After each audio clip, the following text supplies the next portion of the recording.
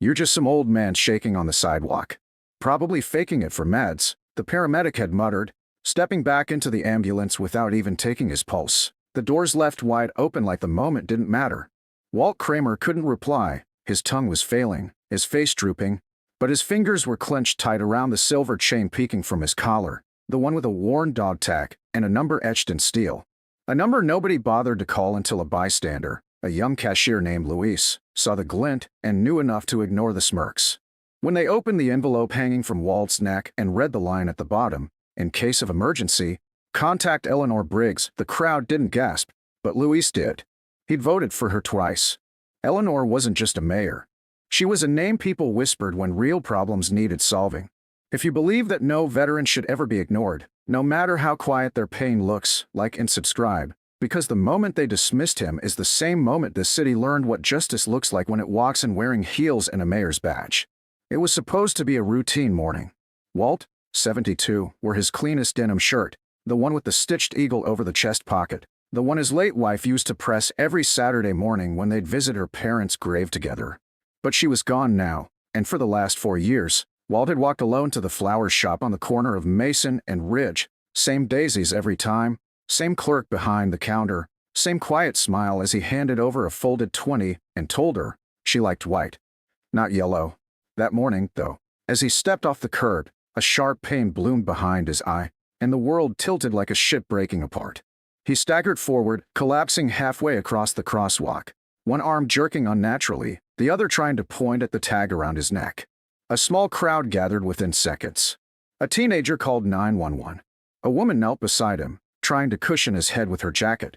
But when the ambulance from Station 12 pulled up, lights strobing in the sunlight, it wasn't urgency that stepped out, it was protocol wrapped in boredom. Lead paramedic Amber Sloan glanced down at Walt like he was an inconvenience. "Sir? Can you hear me?" she asked flatly, already turning to the younger tech beside her. "Drunk or diabetic? They always drop like this." She didn't check his pupils. Didn't touch his wrist. The tech hesitated. "Should we run vitals?" Amber waved him off. "No signs of trauma. Doesn't look critical." Walt's face had gone pale, slack on one side, but nobody was looking anymore. The woman who had cradled his head stood up, shocked. "He was talking a minute ago," she whispered, but Amber had already turned to walk back. "Let PD deal with him if he doesn't clear out."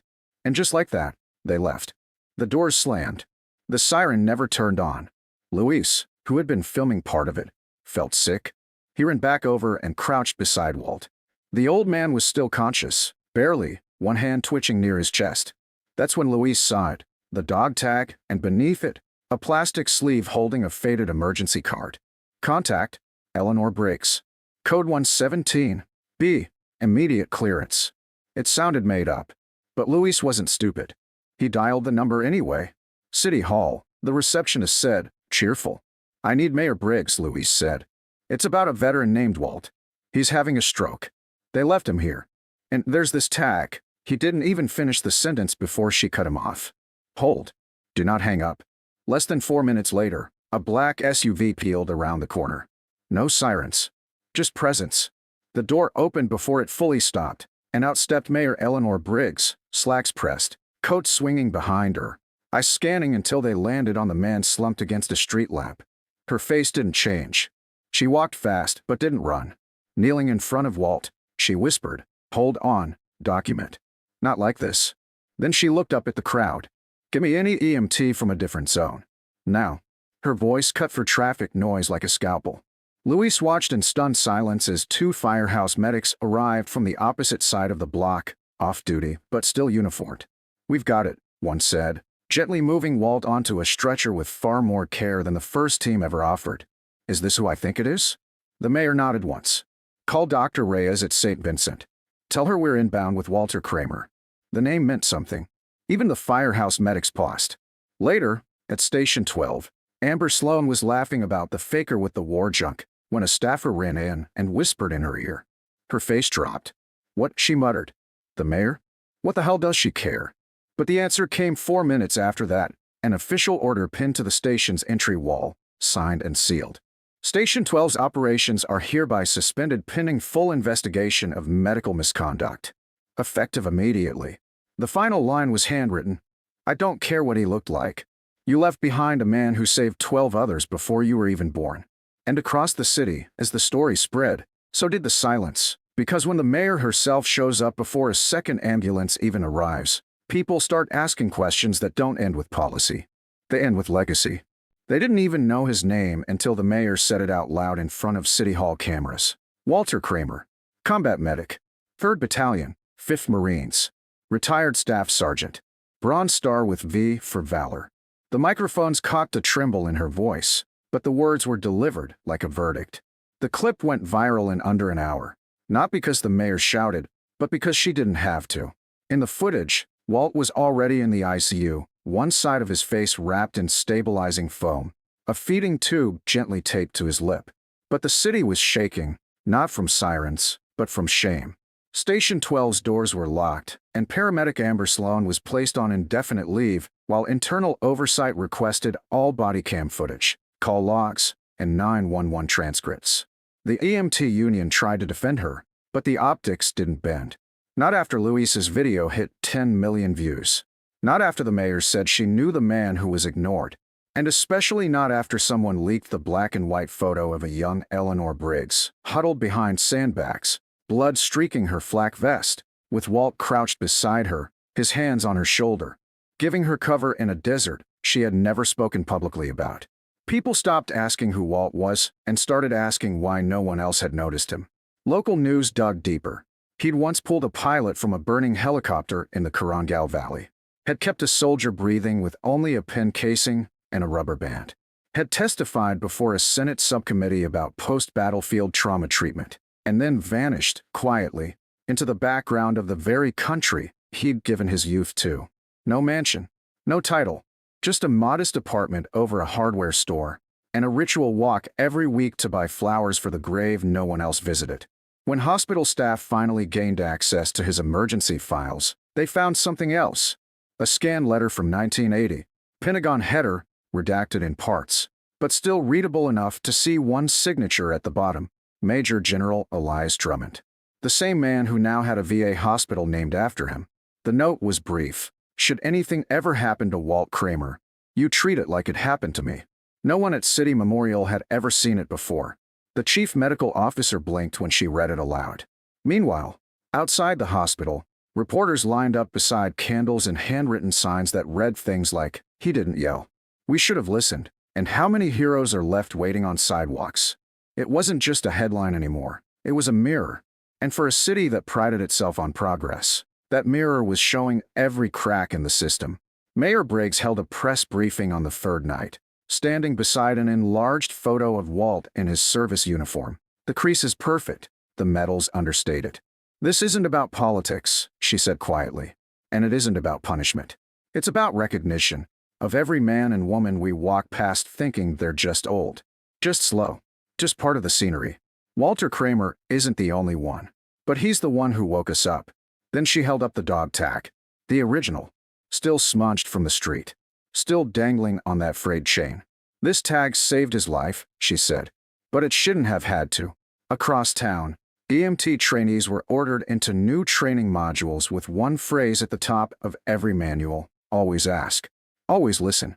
Walt hadn't spoken a full sentence yet, but his room had filled with handwritten letters, small flags, and more visitors than any patient in the ward. Veterans who never met him, nurses who weren't assigned to him. Even Luis dropped by each day after his shift, just to sit beside the window and read him local news, in case Walt was awake enough to hear it. But there was one visitor who came after hours, quietly, no camera crews, no badge, Mayor Briggs herself. She pulled a chair beside him on that third night and whispered, "You told me back then that people remember how you leave them, not how you arrive. But Walt, they never gave you a welcome. I won't let them forget your exit." And with that, she reached into her bag and placed something beside his chart. A new policy draft, labeled Kramer Protocol, immediate priority status for verified military veterans in critical condition. Below it, her signature. She wasn't waiting for a council vote. She was implementing it with executive authority. Because in her words, Walter Kramer didn't need credentials to matter. We needed clarity to see it. And as the sun rose behind the hospital that morning, word spread. The city was renaming the street where Walt fell.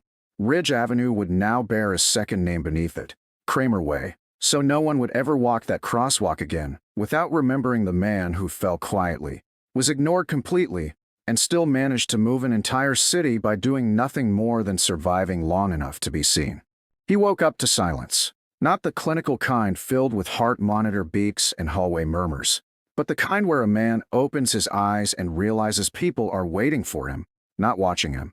Walt Kramer blinked slowly, his vision swimming in morning light, and the first face he saw was the kid from the flower shop, Luis, half asleep in a chair beside him, a half-eaten granola bar in his hand, and a newspaper folded in his lap. The headline above the crease read, "Mayor shuts down EMT station after veteran left to die." Walt didn't speak, couldn't, yet, but Luis stirred anyway, as if he'd felt it. "Hey, Mr. C," he whispered, rubbing his eyes, trying not to look too emotional. "You scared a lot of people, man. But we're good. We're real good now." It took another 48 hours for Walt to speak, but when he did, it wasn't a dramatic moment. It was a raspy, tired whisper aimed at a nurse adjusting his four. "Did she come?" And the nurse nodded without hesitation. "Every night, sir. Sat right there. Said you'd always show up for the quiet ones." When Mayor Briggs visited again, this time in daylight, she brought the one thing he had never asked for, recognition. Not a ceremony, not a medal, but a moment. A hall had been named in his honor. The Walter Kramer Emergency Wing at City Memorial, fully staffed, fully trained, with 3 new protocols in place inspired by his case. But more than that, the EMT Academy had made it mandatory to study his story, not as a cautionary tale, but as a case study in humility. The footage of the mayor confronting the EMT station supervisor had since gone viral, again, not because she yelled, but because when he tried to defend Amber Sloan's decision by saying, "It wasn't malicious, just misread," she replied, "A man's stroke isn't a policy error. It's a test. One you failed before you even asked for his name." The room had gone silent. Even the supervisor stood speechless. And then came the moment that stuck with people. She pulled a page from her bag and read aloud from a declassified service report. "Corksman Kramer stabilized 19 Marines during a nighttime ambush, refused evacuation until the last man was airlifted, and walked 5 miles back to base alone through active mortar fire." She looked him squarely in the eye and asked, "Would you have left that man on the sidewalk?" He couldn't answer, because everyone knew the truth. Amber Sloan was eventually dismissed from city service, not out of vengeance, but out of necessity. The system had no room left for professionals who viewed civilians as data points and veterans as relics. Walt, meanwhile, asked for nothing more than his discharge papers and his shadow box, which the hospital had preserved and displayed quietly near the chapel. Inside were the medals no one had seen, the worn letter from General Drummond, and a folded flag he never flew because he said, "Too many folded ones end in grief." But his story didn't end in grief. It ended with a chair being reserved in the back of every EMT graduation ceremony. A chair marked Doc, his old nickname. At the first class held after his recovery, Mayor Briggs gave a brief speech. "This chair is for the man you didn't see coming. The one who looked ordinary until he wasn't. The one who didn't ask for rank or medals or pity, just care, just human decency. You may never know who you're helping, but if you do it right, one day someone will say, 'We didn't lose him,' because someone saw him." Walt attended the second ceremony himself, slowly, with a cane, the crowd rising without prompt as he stepped into the room. Not because they were told to, but because they finally understood what it meant to stand for someone who had stood for others, long before any of them were old enough to vote. And when he passed away 2 years later, peacefully, with Luis and Mayor Briggs holding his hands, there were no bagpipes, no marching bands, just a letter read aloud beside his grave, signed by every EMT who had passed through the academy that year. It ended with 6 words, "We saw you. You mattered. Always." And in the years that followed, on every Veterans Day, someone, sometimes a mayor, sometimes just a kid from the flower shop, left a bouquet of white daisies at the foot of the renamed crosswalk on Kramer Way, beside a plaque that reads, "He fell here. We rose after."